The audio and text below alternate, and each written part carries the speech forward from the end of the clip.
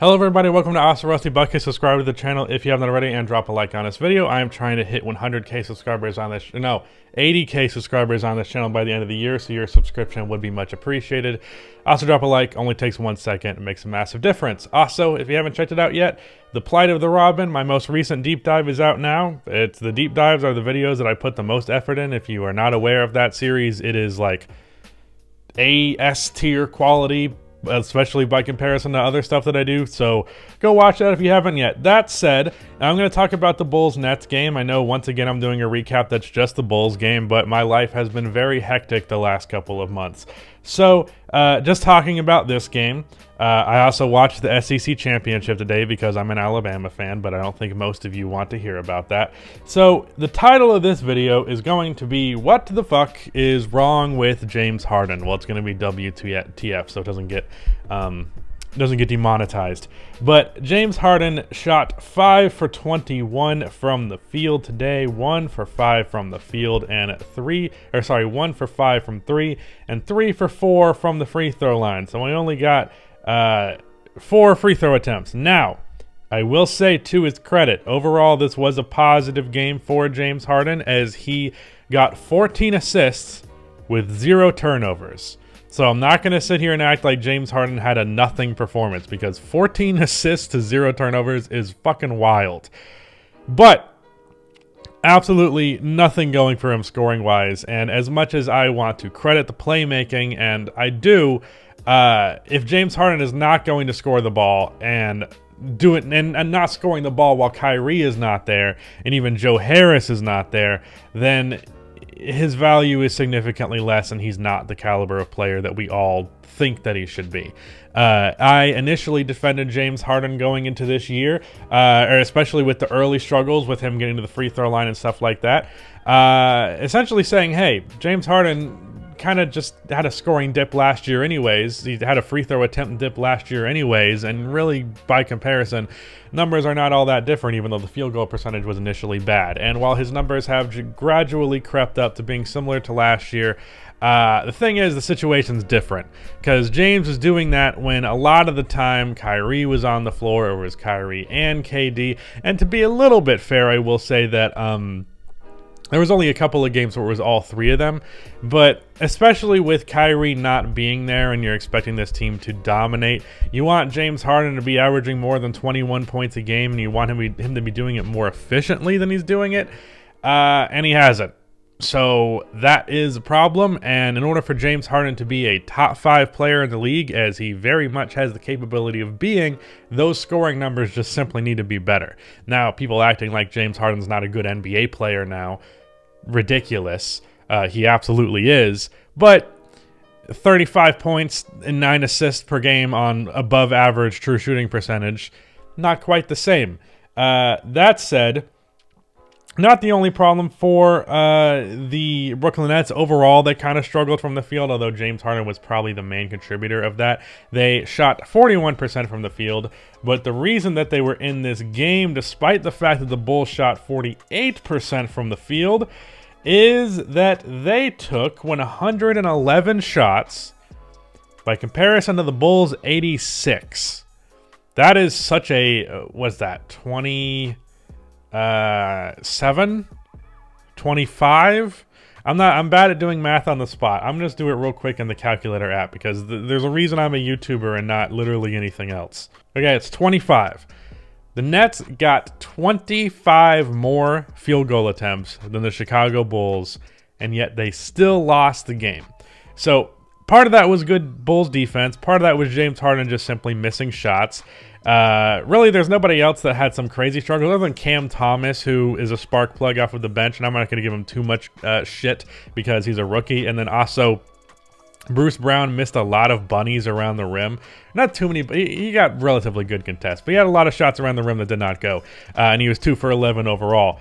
But, Paul Millsap brought in a decent contribution. He was especially doing a lot of difficult shots in the first half and first quarter. Kevin Durant had just a standard Kevin Durant game, which is good, but he didn't do anything too outlandish. LaMarcus Aldridge played phenomenally. DeAndre Bembry hit his open shots. Patty Mills played all right. Nothing outstanding, but nothing bad. But where they were in this game to begin with the amount of shots they were missing, is the rebounding. They finished with 55 rebounds by comparison to the Bulls' 47, if I'm looking at that correctly. But where's the offensive rebound difference? It was 7 to 15. And I'm telling you, it felt like more than 15 because they had 10 in the first half. And I think I saw a stat that was like the Nets averaged 44 rebounds and they had 39 in the first half. So they averaged 44 per game. They had 39 in the first half. Now, the Bulls did a much better job boxing out and preventing offensive rebounds. A couple of them, I will say, to the Bulls' credit, were some 50-50 balls that were just consistently not going their way. But there were also multiple instances of just not putting up enough effort on the boards. And clearly they made adjustments at halftime. Tony Bradley got some minutes in the fourth quarter. And it just seemed like there was more of an emphasis on the rebounding. And that's really where the Bulls started to pull it together in the second half, because it felt like the Nets were going to win this game. And they had somewhat of a lead. I think it might have been like a 3-point lead or something like that at half. And to start the third quarter, they made a couple of shots and got it to nearly double digits. But the Bulls started to fight back as they got better with the rebounds. And DeMar DeRozan. DeMar had 29 points in this game. I swear to God, it felt like he had 50. And I'm curious how many points he actually scored in the fourth quarter, because this was a fucking amazing game from DeMar. And it's getting to the point where, we're 24 games into the season for the Bulls, I believe it is. Yes, 24. By the way, half a game back from the first seed, just putting that out there. We are 24 games in with the Bulls right now. DeMar DeRozan is the Bulls' best player. I don't know if that will hold up, but so far, he has been the Bulls' best player. Zach LaVine, if you actually look at the box score, the numbers are relatively similar. Zach got to the free throw line a whole lot more and took a few less shots, but I'm telling you, it just felt like, especially when they needed it most, it's always DeMar. And even when it's not when they need him most, even if it's just a game where they just kind of had it the whole way through, DeMar usually looks like the better player between the two. Now, that's interesting because I would have never fucking said that about the Bulls or about Zach and DeMar before. I would have said there is a large gap between Zach LaVine and DeMar DeRozan. And to be fair, DeMar has been a lot better with the Bulls than he was with the Spurs last year, because even though his assists are down a little bit, his scoring average is up by like 4.5 points a game on better efficiency. But regardless, I don't know what point I'm making. Right now, DeMar is better, and I'm really surprised by that. Not complaining, though, because at the end of the day, this is kind of a Utah Jazz situation where people are always arguing who's the better player, Donovan Mitchell or Rudy Gobert, who matters more to the Utah Jazz.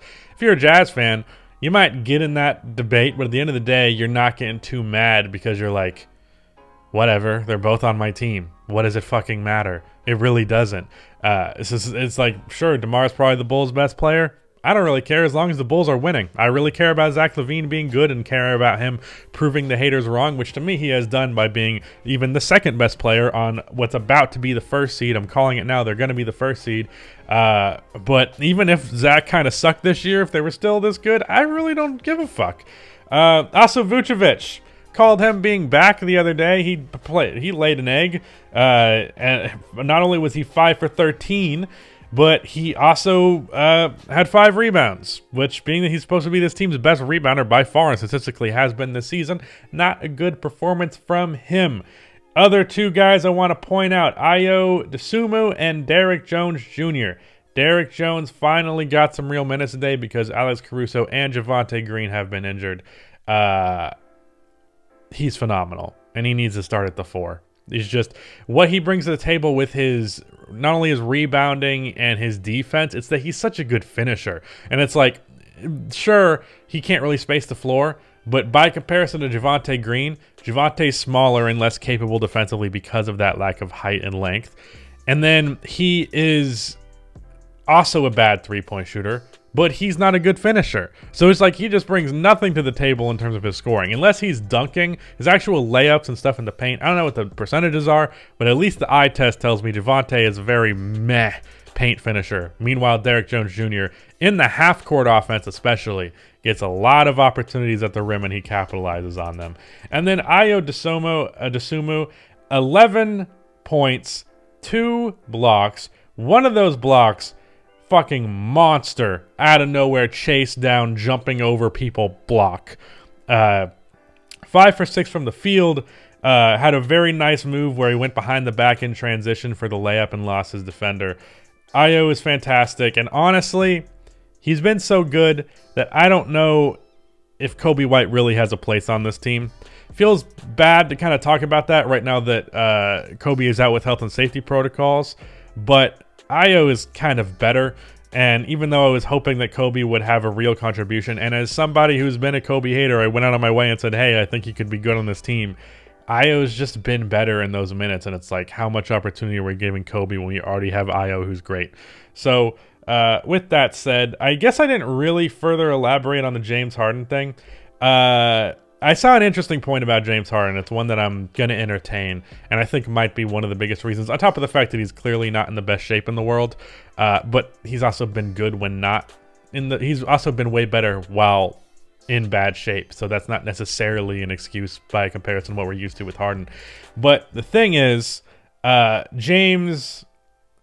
A lot of his game is, well, I did make the point. James Harden has led the league in scoring when you subtract free throws for everybody, like 4 or 5 times.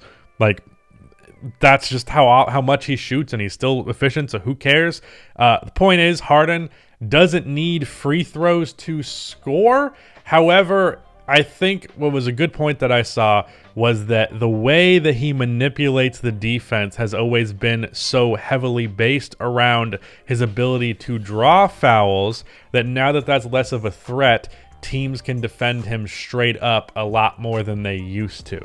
So, you know, because teams don't have to worry about his foul baiting, they feel more comfortable playing more physical defense. They feel more comfortable playing to his step backs and things like that.